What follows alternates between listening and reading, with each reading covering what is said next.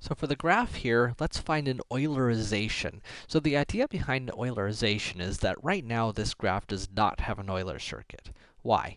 It doesn't have an Euler circuit because there are 1, 2, 3, 4, 5, 6 different vertices, all that have odd degree. And so there's no way that we can do an Euler circuit on this graph, right? There's no way we can walk this graph without backtracking.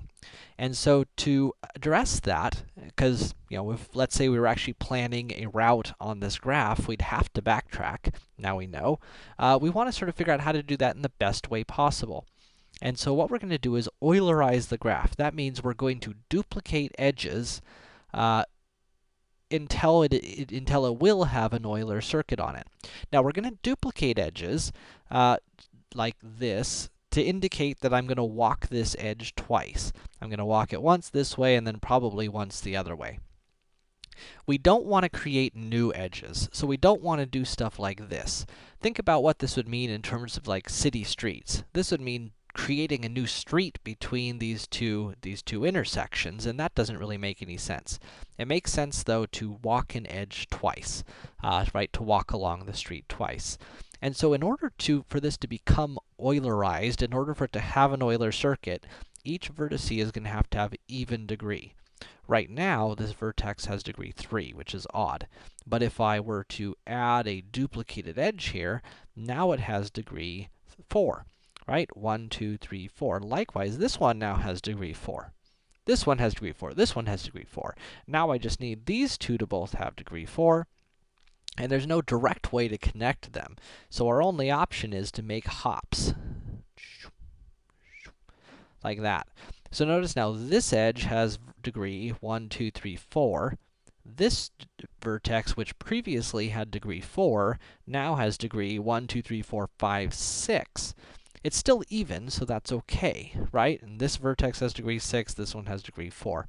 Now this graph is Eulerized. Now we can find an Euler circuit on this graph with the added or duplicated edges. Now, it's important to notice here that this is not the only Eulerization that we could have done. We also could have duplicated, say, this edge and this edge, and this edge and this edge, and that edge.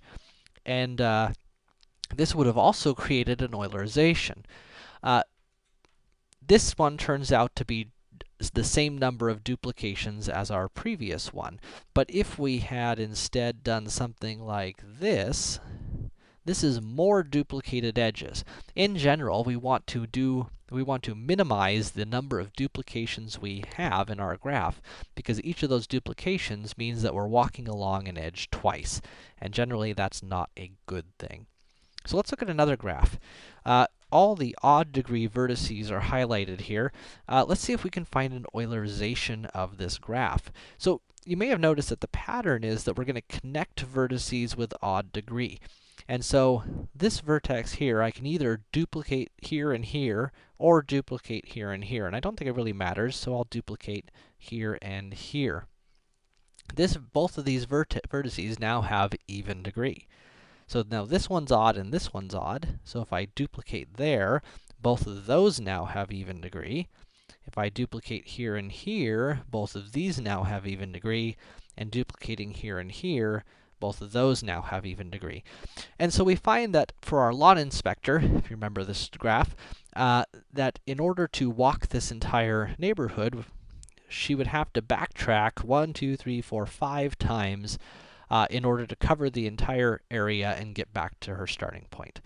Now, it's not clear whether this is the most efficient Eulerization, but it's certainly an Eulerization that looks pretty good.